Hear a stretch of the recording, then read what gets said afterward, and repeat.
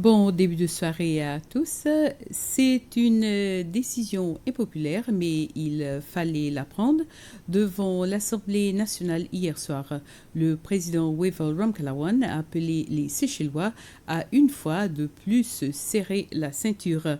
Pour la première fois depuis 2017, les salariés du public et du privé ne toucheront pas de 13e mois de salaire. Les situations sanitaires britanniques, allemandes et françaises ont clairement impacté le secteur touristique qui représentait près de 60% de l'économie directe et indirecte du pays. Face à l'épuisement des réserves de devises de la Banque centrale des Seychelles, la roupie a perdu près de 50% de sa valeur d'avant mars 2020. L'inflation est à son apogée et le président franchement élu, Wavel Ramkalawan, a annoncé la mise en place de mesures drastiques pour éviter le chaos. Celles-ci vont certainement diminuer une fois de plus le pouvoir d'achat des Seychellois à la veille des fêtes de fin d'année.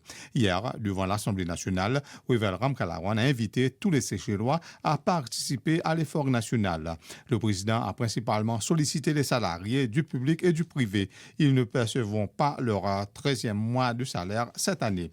Ce matin, cette mesure a été critiquée par l'opposition qui estime qu'au vu de la situation, les bas salariés devraient pouvoir bénéficier de cet effort social. Le vice-président Ahmed Afif a répondu à leur inquiétude en indiquant ces propos apportent de la confusion.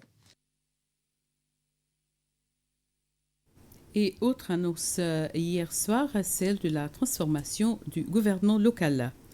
2425, c'est le nombre d'accidents enregistrés dans le pays depuis le début de l'année. 7 personnes ont perdu la vie sur les routes depuis le 1er janvier. C'est un chiffre à la baisse, mais toujours alarmant.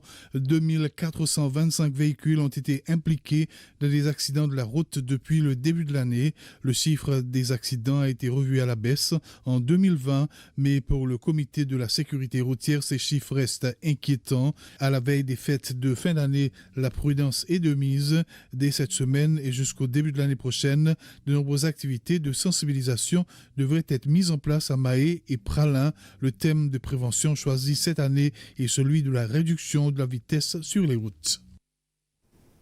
Au bureau de la Commission pour la vérité, la réconciliation et l'unité nationale, ce matin, la femme d'Hassan Ali, Carlette Boll, était accompagnée de Juliana Betty pour revenir sur la mort de Hassan Ali en août 1977. Madame Betty a indiqué que être la première arrivée sur les lieux de la disparition de Monsieur Hassan Ali.